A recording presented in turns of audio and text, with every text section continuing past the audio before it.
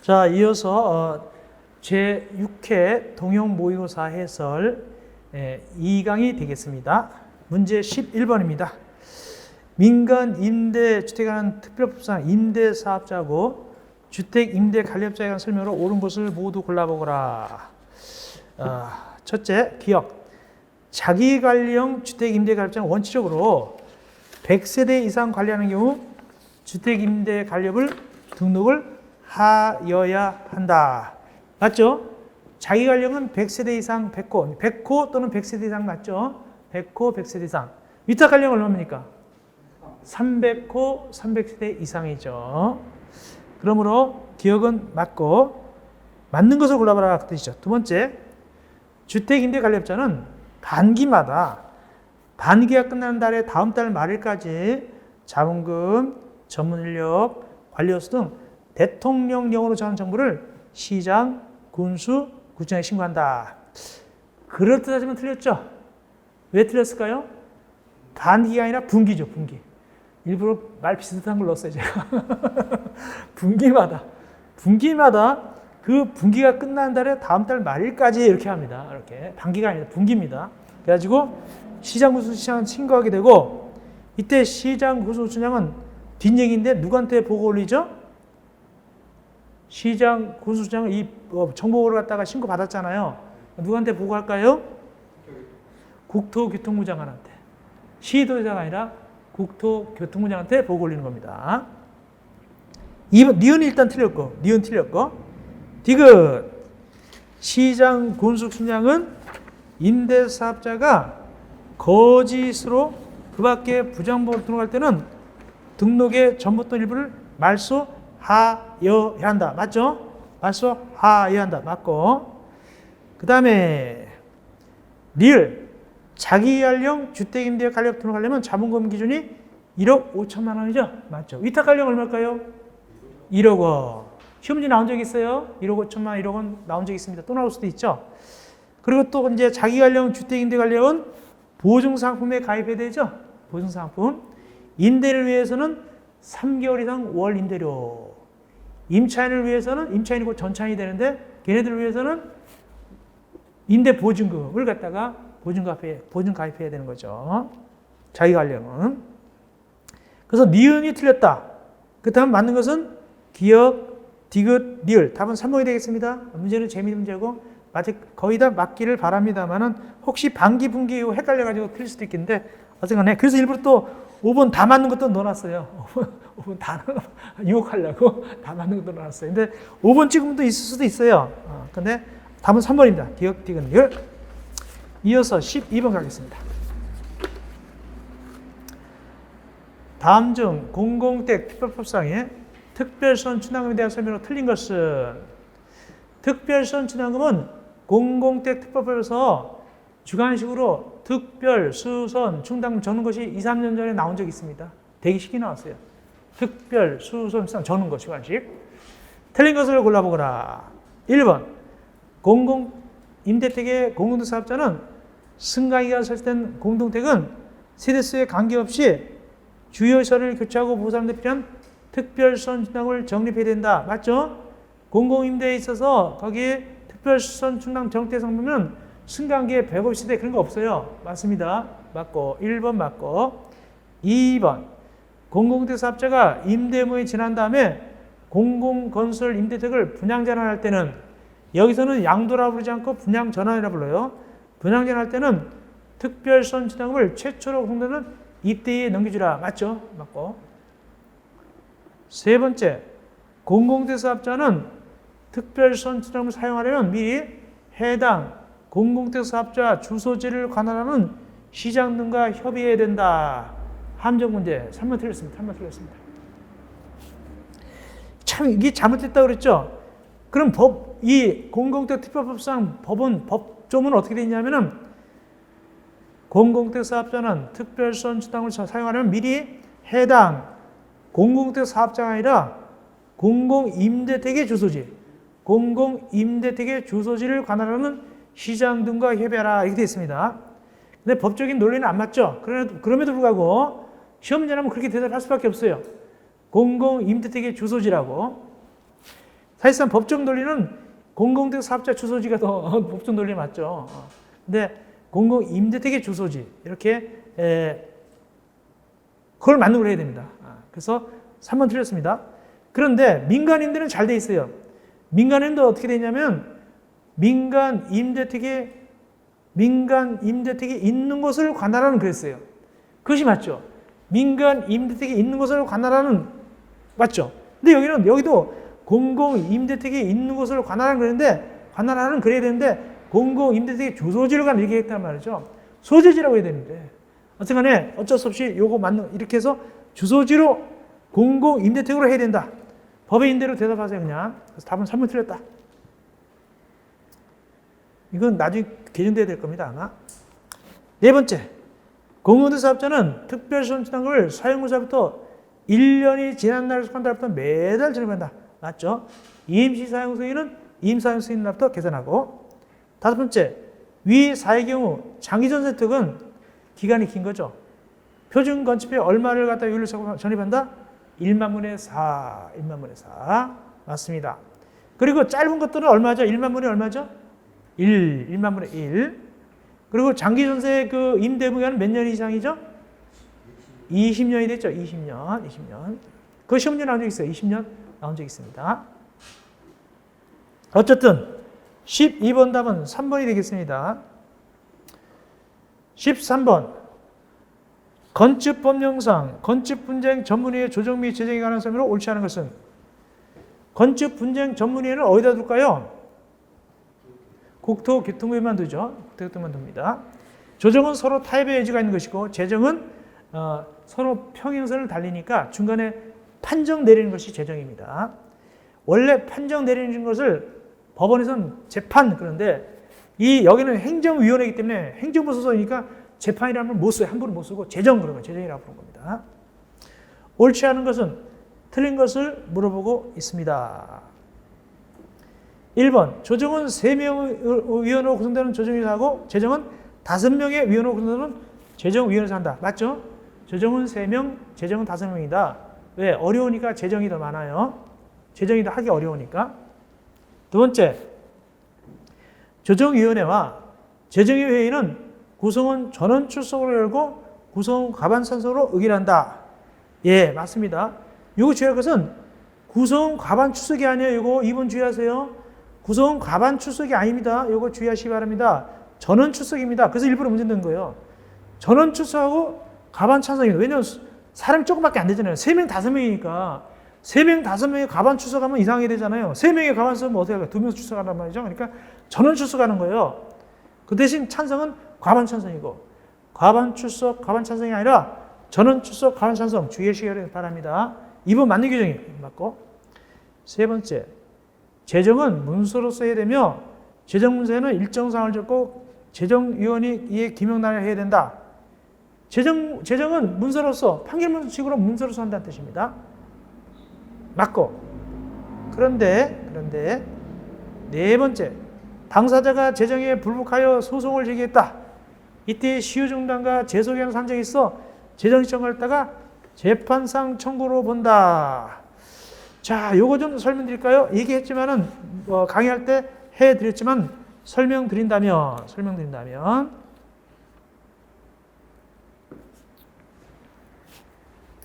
자, 조정 제정 보겠습니다. 5번이죠. 5번이 틀렸는데 4번 맞는데 맞는 얘기지만 설명드립니다. 4번 규정입니다. 일단은 제정은 며칠 내에 끝내야 돼요. 조정은 며칠 내에 끝내야 되고 이거부터 해야 되겠네. 제정은 며칠 내에 끝내야 됩니까? 가장 기본적인 거 제정은 120일, 조정은 60일 내에 끝내야 되죠. 자, 이제 제정 나왔습니다. 그래서 이제 여기 제정이 나왔어요. 제정은 문서로서 합니다. 제정 문서로서 제정이 했는데 여기에 불복하면 제정에 대해서 불복하면 며칠 내 소송을 제기할 수 있냐면은 60일 내 소송을 제기할 수 있어요. 소송을 제기할 수 있습니다. 제정에 불복하면 60일 내에 소송을 제기할 수 있는데 만약에 이때 소송을 제기했는데 이때 시효중단 재소기한 산정은 어떻게 하느냐? 여기는 이미 제정 신청했어요. 제정 신청했고 제정 신청 앞에서 했죠. 신청했고 제정까지 며칠 내에 끝내야 되고 120일 내에 끝냈겠죠? 그 다음에 제정했고, 그 다음에 소송 제기한다 60일 내에 해야 되는데, 이때 소송 제기하면 시효가 중단되는데, 이때 이 소송 제기한 날에 중단되느냐, 아니면 소급해서 재정을 신청할 때부터, 이때부터 중단돼서 내려오냐, 그 뜻입니다. 그러니까 언제를 한다? 소송을 제기한 날이 아니라 옛날로 들어가서 재정성을 신청했대. 그때를 갖다가 재판상 청구를 받아요. 그때서부터 시효 중단해서 내려오는 겁니다. 그런 뜻입니다. 그것이 4번 얘기입니다. 그대로 맞고, 좀 어려운 얘기지만 이건 이제 민법에서 총칙 뒤에서 시효와 제척 기간 있죠? 거기서 나오는 얘기죠. 비슷한 내용도 나오죠. 그죠? 거기서도. 다음 5번째. 건축 분쟁 전문위원회는 조정 신청이 된 사건에 대해서 재정이 해부되는 것이 적합하다. 그때는 직권으로 직접 제정할 수 있다. 거꾸로 됐어요. 거꾸로. 예를 들은 거예요. 재정이 들어왔어요. 건축 분쟁 전문위원회는 재정이 들어왔는데, 조정이 아니라 재정이 들어왔는데, 재정이 들어왔는데 가만히 보니까 약해요. 아, 이건 조정해도 되겠네? 그럴 때는 직접 조정할 수도 있어요. 재정 신청으로 들어왔는데 보니까 별거 아니에요. 그때는 직접 조정도 할 수 있어요. 그런 뜻입니다. 그래서 5번이 틀렸습니다. 답은 5번이 틀렸다. 그리고 하나, 이번에 개정된 거, 이게 꼭 해야 되죠. 조정 재정의 효력. 전에는 어떻게 했습니까? 조정과 재정 효력하면 어떻게 된다? 동일한 내용의 합의가 된 걸 봤죠. 합의가 된 걸 봤잖아요. 이제는 개정돼서 어떻게 변했다? 이제는 둘 다 개정돼가지고 뭐다? 합의가 아니라 뭐다? 재판상 화해다. 원칙적으로 재판상 화해가 된 걸 봅니다. 물론 예가 있지만 원칙적으로 재판상 화해입니다. 합의가 아닙니다. 개정됐습니다. 주의하시고. 14번 이제 건축법이죠. 건축법. 지하층이 2개고 지상층은 전체층의 구분이 명확하지 않은 건물로서 건축물의 1층 바닥 면적은 800제곱미터이고 그중 400제곱미터 해당 높이가 10m이고 나머지 400제곱미터 해당하는 부분 높이가 24m다. 이걸 처음 보면 이게 뭔 소리인지도 모를 수도 있어요. 근데 자꾸 이제 반환해야 됩니다. 이 건축물의 건축법률상 층수는 몇 층인가? 다만 건축물 높이는 건축법령에 의해서 산정한 것이고 지표면 수평이고 제대로 돼 있다는 얘기죠. 옥상은 별도 없다. 그러니까 보통 건물로 계산해서 저보다 층수를 계산하라 그런 뜻이죠. 자, 그림 그려. 이럴 때는 그림 그려보겠습니다. 자, 재밌게 그림 그려보겠습니다. 일단은 지하층이 2개네.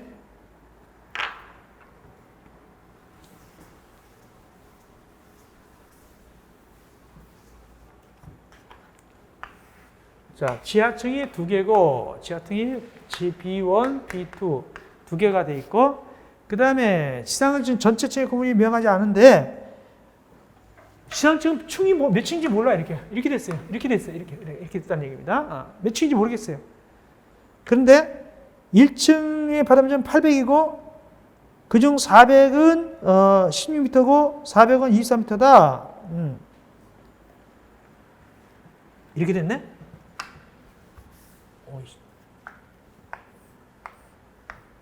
이렇게 인데 이게 800인데 이게 얼마라고요?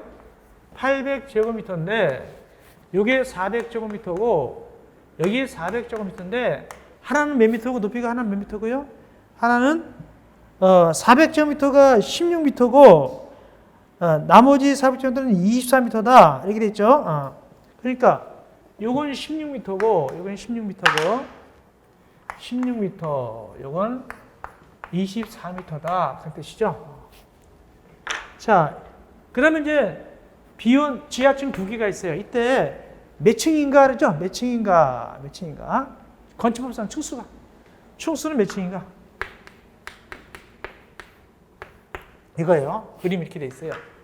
그러면 일단 층수 계산할 때 지하층 넓이 몰라도 상관없어요. 지하층 자체는 층수 들어간다, 안 들어간다? 안 들어가잖아요. 그래서 지하층 층수 안 들어가요. 그럼 위에 것만 치면 되겠네? 지하층 층수 안 들어간다고 배웠으니까. 다음, 그러면 몇 층인지 모르겠다. 끝에는 몇 미터마다 몇 층으로 봅니까? 4미터마다 1층으로 보잖아요. 층수를 모를 때는 4미터보다 1층 본다고 분명히 돼 있잖아요. 그렇다면 이건 몇 층이고, 이건 4층이고, 이건 몇 층이고, 이건 6층이고, 여기까지 나왔죠? 4층, 6층. 그 다음에 어떻게 되냐? 이 경우 층수가 서로 다를 때는 많은 층이다, 적은 층이다. 많은 층이죠. 그다음 몇 층입니까? 그렇다면 6층으로 봐야 되겠네. 6층 답이 있습니까? 3번인가요? 14번 답 3번 맞습니다. 그래서 6층으로 계산하면 되겠습니다. 재미있게 풀었습니다. 그러면 이 내용을 통해서 뭘 할 수 있냐? 첫째, 층수를 볼 때는 4m마다 1층으로 본다. 지하층은 층수에 안 들어간다. 그 다음에 층수를 달리할 때는 많은 층으로 한다. 이 세 가지 배운 거예요. 세 가지. 종합적으로 배웠습니다. 다음 15번 갑시다.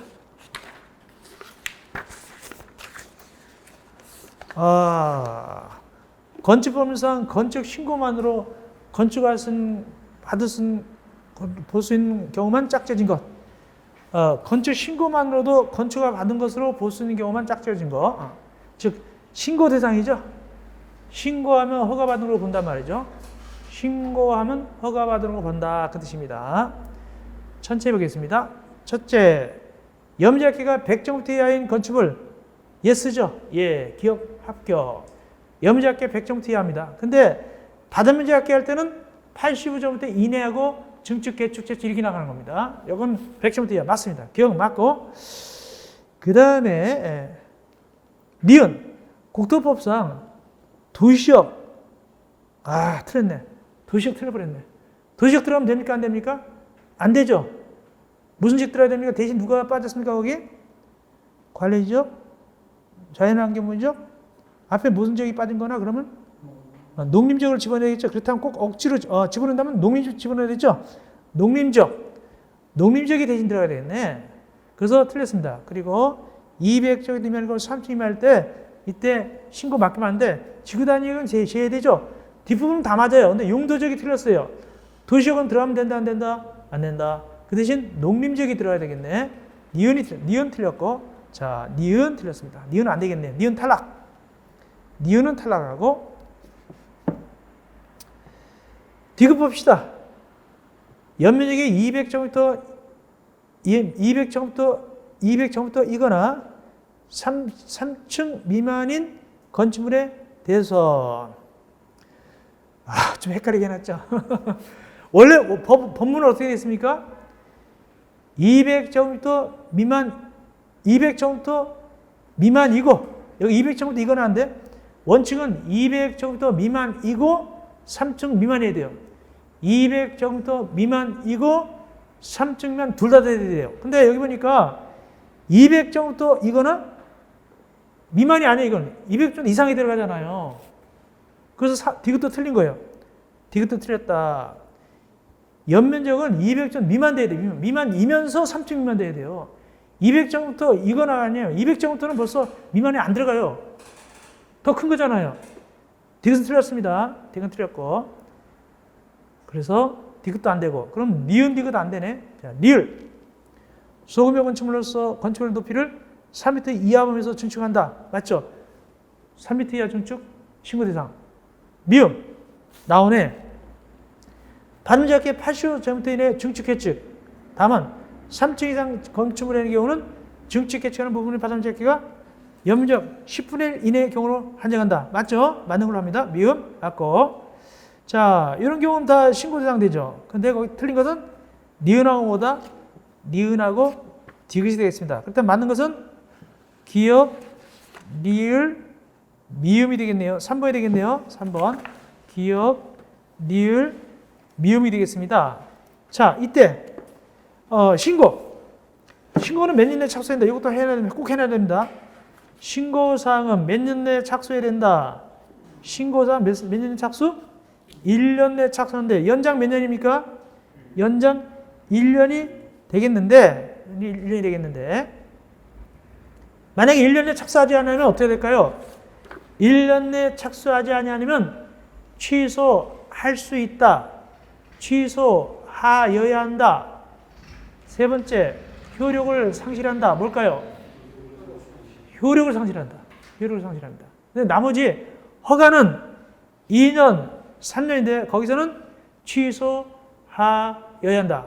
취소되고 주택법상 사업계획 승인은 받았으면 몇 년 내에 착수하는 게 원칙이죠? 주택법상 사업계획 승인 몇 년이죠? 5년 내에 착수합니다. 거기는 5년 취소할 수 있다. 그래서 건축법상 건축법상 취소해야 된다. 주택법상 취소할 수 있다. 이걸 비교해서 시험제 중개사에 나왔어요. 그거 주의하세요. 할 수 있다고 해야 한다고 비교하시기 바랍니다. 자, 16번 갑시다.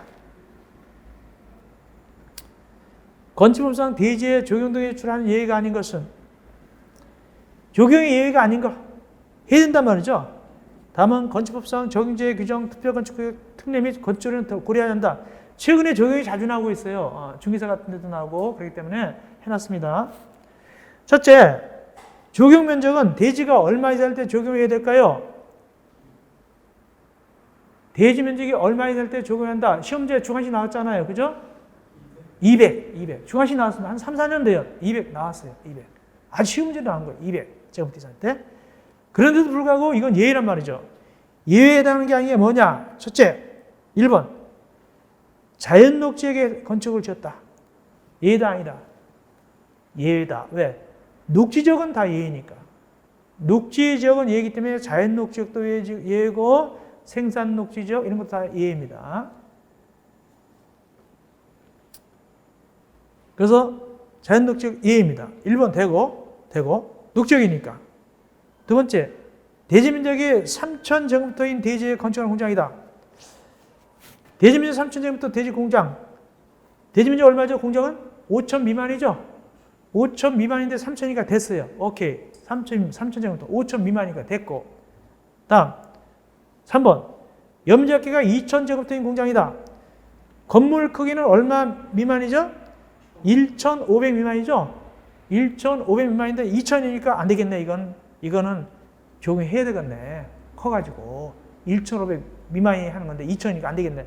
3번. 답은 3번이 되겠습니다. 다음은 4번. 축사는 명시적으로 안 한다고 되어 있어요. 면적에 상관없이 안 한다. 이렇게 되어 있어요. 축사는 면적에 상관없이 안 한다고 명시되어 있습니다. 다음 5번째. 허가대상 가설건축물도 명백히 면적 필요 없이 안 한다고 되어 있습니다. 그러므로 답은 3번이 되겠습니다. 네, 약간 그래도 풀 수 있는 문제가 되겠습니다. 이어서 17번 가겠습니다. 다음 중 전기사업법상 용어에 대한 설명으로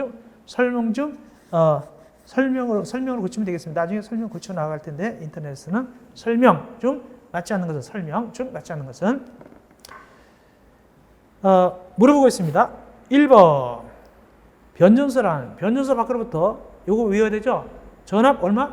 5만 볼트 이상. 5만 볼트 이상입니다. 변전소 5만 볼트 이상 전기를 전송받아서 이를 변성하여, 변성이 뭡니까? 변성. 전압을 올리거나 내리는 거.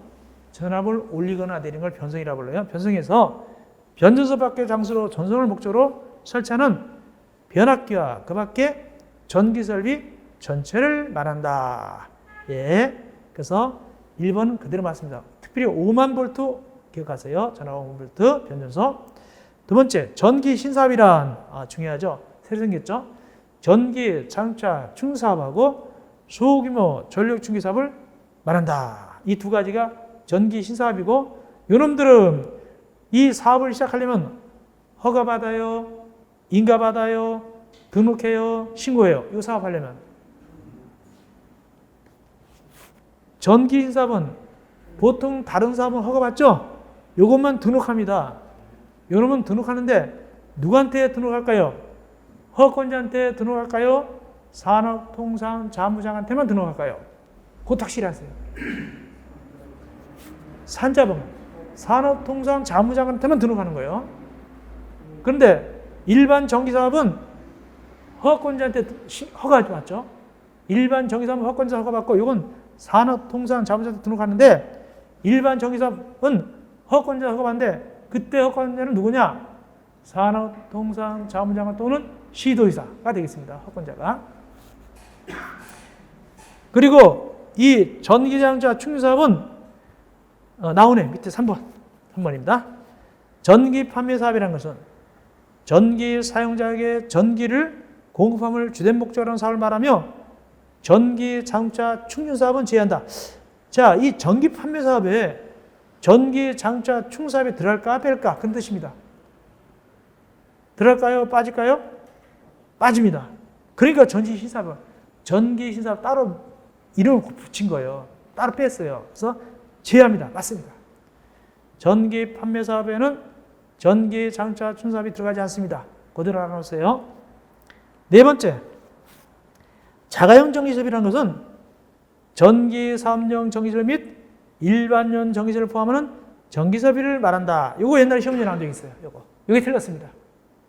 자가용 전기는 뭐냐? 전기 사업용도 아니고 일반용 전기도 아닌 거예요. 얘네 둘이 아닌 게 자가용 전기사업입니다. 근데 포함한다고 거꾸로 됐어요. 이거 시험 문제 나온 적이 있어요. 종전에 한 7, 8년 되던가요? 한 5, 6년 돼요. 이거. 어쨌든 전기 설비는 총 몇 가지가 있냐? 전기 설비는 여기 나온 대로 자가용 전기 설비 따로 있고 전기 사업용 전기비 따로 있고 일반용 전기 설비 따로 나가죠? 따로 나갑니다. 특별히 일반용 전기 설비가 개정됐죠? 앞에 뭐 600V 뭐 이하 뭐 이런 걸 갖다 뭐라다 저압에 해당하는 이렇게 변했죠. 저압에 해당하는 변했습니다. 저압에 해당하는 이렇게 개정됐습니다. 그리고 실질적으로 자세한 내용, 자가용 전기설비 검사 같은 거, 일반용 전기설비 검사는 전기안전관리법으로 가버렸어요. 4월 달에. 그래서 우리 전기사업법 누구 남았냐면 검사가 전기사업용 전기설비만 남았어요. 검사가. 그러나 실무에서는 다 하셔야 되죠. 왜? 실무에서는 법이 준한 게 아니니까 이것저것 다 알고 있어야 되니까 다 알고 있어야 되죠. 그래서 일반용 전기설비 실무에서 배우죠. 아파트 같은 거 몇 년이죠, 그거? 전기하는 거. 전기검사. 아파트. 3년일 텐데? 3년? 한번 봐보세요, 나중에. 우리는 이제 안 배웠어요. 작년 가르쳤는데. 네. 자, 됐고. 그 다음에 구획전기사업. 그래서 4번이 틀렸습니다. 4번 틀렸고. 다섯 번째. 구역전기사업이라는 것은 대통령령이 정하는 규모인데 이건 많이 나왔어요. 이것도 많이 나왔죠. 대통령령이 정하는 규모 35,000kW 이하. 이거 두 번, 세 번 나왔습니다. 구역전기사업의 규모 35,000kW 이하. 이거 많이 나왔어요. 두세 번 나왔습니다. 의 발전소비를 갖추고 특정한 공급구역의 수요에 응하기 위해서 전기를 생산해서 두 번째, 전력시장을 통하지 아니하고 전력시장을 통하고가 아니라 통하지 아니하고 당해 공급구역 간의 전기 사용자에게 공급함을 주된 목적으로 사업을 말한다. 그래서 5번 맞죠? 35,000kW 구역전기 사업 전력시장을 통하지 아니하고 전기 사용자한테 공급. 이런 핵심 용어를 좀 아시기 바랍니다. 답은 4번이었습니다. 18번 갑시다. 집합건법이죠. 집합건물의 소유 및 관리에 관한 법상 규정 내용이다. 틀린 것을 물어보고 있습니다.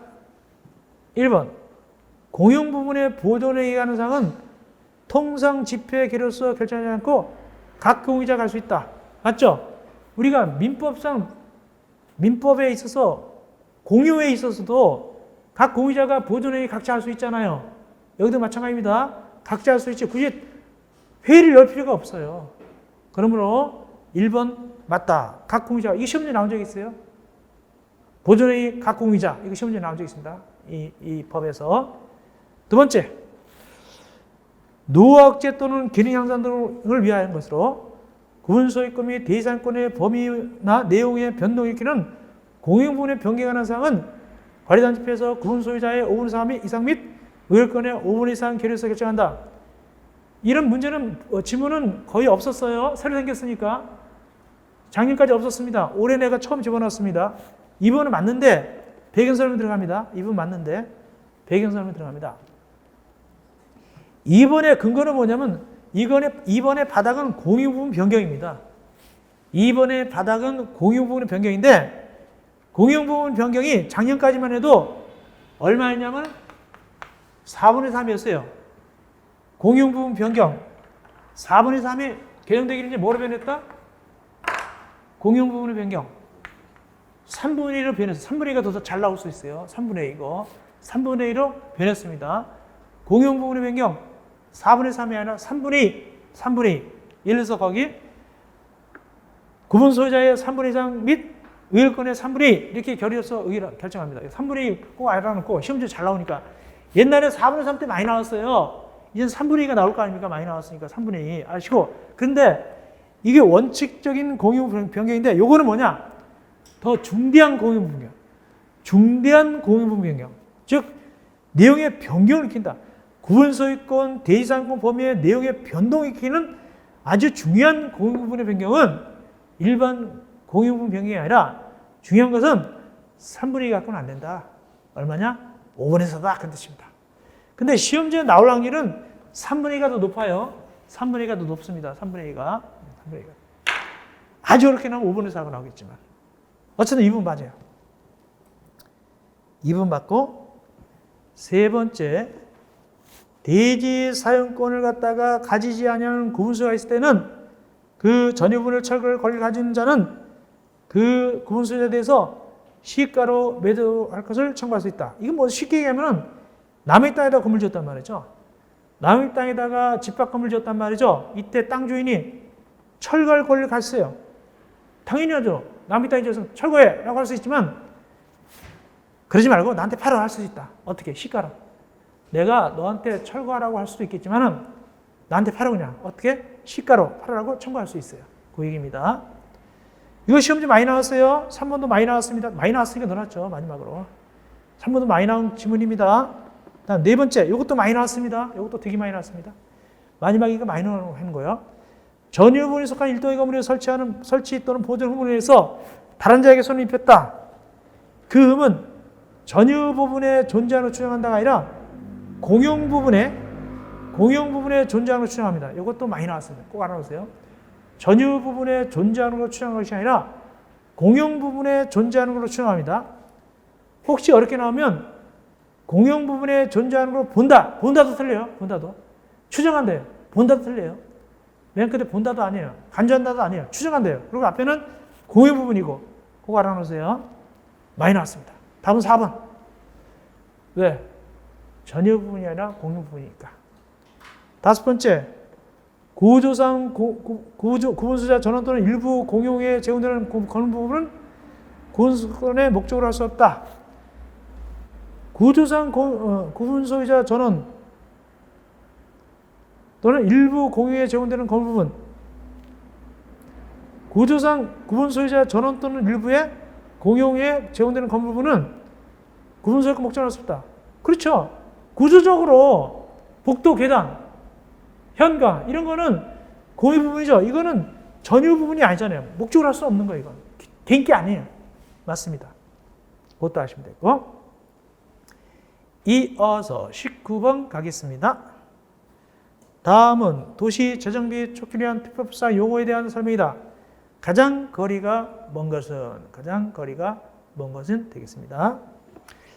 자, 1번 틀린 것을 물어보고 있죠. 우선사업구역은 재정비 촉진구역 중 재정비 촉진사업의 활성화, 소형주택 공급 확대, 주민 이주택지 등을 위해서 다른 구역에 우선해서 개발하는 구역으로서 재정비 촉진 계획으로 결정되는 구역을 말한다. 1번 맞아요. 이거는 객관식으로 나왔어요. 객관식 쉽게 나왔어요. 이렇게 해놓고 이게 뭐냐? 1번 무슨 지역, 문적, 우선사업구역 이렇게 나왔습니다. 아주 쉽게 나왔습니다. 이걸 써놓고 무슨 구역이냐? 객관식으로. 주관식도 쉬운데 객관식 너무 쉽게 나왔어요. 우선사업구역입니다. 주관식 나오면 우선사업구역 적으면 돼요. 두 번째, 존치지역. 존치지역은 우리 축구선수는 벤치 신세라고 했죠. 아직 안 쓴다고 했죠. 아직 선발이 아니라고 그랬죠. 존치지역이라는 것은 재정비 촉진기관에서 재정비 총사업의 필요성이 적어가지고 재정비 촉진 계획에 따라서 존치하는 지역을 말한다. 이 두 가지가 있죠. 존치 정비구역과 존치 관리구역 두 가지가 있죠. 맞고. 세 번째, 도시 및 주거환경지표에 따른 주거환경사업, 재개발사업, 재건사업도 재정비 촉진사업에 해당한다. 맞죠? 촉진사업 제일 많이 나온 게 뭐냐? 시험 문제 이 법에서 제일 많이 나온 것이 재정비 촉진사업 종류가 제일 많이 나왔어요. 아닌 거 이렇게 나왔어요. 아닌 거. 도시개발사업도 들어가죠. 시장 정비사업도 들어가죠. 이런 거 아닌 거 물어봤어요. 이것도 들어갑니다. 근데 다른 점이 뭐냐? 이 도시 및 주거환경지표하고 2부하고 다른 점은 뭐냐면 이 법에서는 이 재개발 재건축을 빨리빨리 해요. 빨리빨리 속도가 내는 거예요. 그 촉진법이에요. 촉진법. 촉진. 원래 도심이 중앙지법사 하게 되면 괜히 느려요. 그런데 촉진하기 위해서 빨리빨리 하기 위해서 이 법 특별법 만든 겁니다. 재개발 갖다 빨리 하려고. 네 번째, 노후 양택과 건축물이 밀집한 지역으로서 주로 주거환경 개선과 기반시설 정비가 필요한 지구는 재정비 촉진지구 중 주거지형에 해당한다. 맞고, 다섯 번째, 사업적, 고급지형 또는서 토지의 효율적 이용과 도심 또는 부도심 도시 기능의 회복이 필요한 지구는 재정비 촉진지구 중 도심지역에 해당한다. 5번이 틀렸어요. 5번 긴장 풀릴 때 살짝 넣었어요. 도심지역이 아니라 뭐냐면 중심지역입니다. 중심지역입니다. 정신 바짝 차려. 마지막에다 살짝 긴장 풀릴 때. 답은 5번 되겠습니다.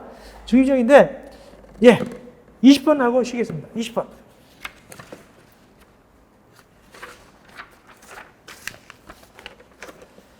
화재 예방, 수방 설치 유지 및 안전관리 법률상 각종 수방 안전관리 대상물에 관한 설명으로 가장 틀린 것은 수방 안전관리 대상은 특급, 1급, 2급, 3급이 있죠? 특급, 1급, 2급, 3급이 있게 되는데 자, 1번 50층 이상 이거나 지상로부터 높이가 200m 이상 아파트는 특급 수방 안전관리 대상물이다.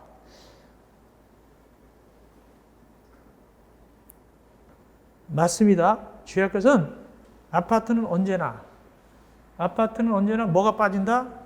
지하층을 제외합니다. 아파트는 언제나 지하층을 제외합니다. 그런데 아파트 말고 다른 일반 빌딩은 지하층을 포함합니다. 다른 건물은 다 지하층을 포함합니다. 1번 맞고. 2번 특급이 아닌데 아파트요. 3층 이상이거나 높이가 120m 이상 아파트는 1급이다.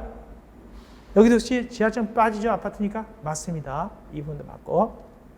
세 번째, 특급 1급이 아닌데 특급 1급이 아닙니다. 근데 공동대관리법상 의무관리 대상이에요. 공동대관리법 제2조의 어느 하나, 시행령 2조의 어느 하나에 해당할 때는, 즉 의무관리 대상일 때는 2급이다. 맞습니다. 3번도 맞고. 그러니까 의무관리라고 해서 다 2급이 아니에요.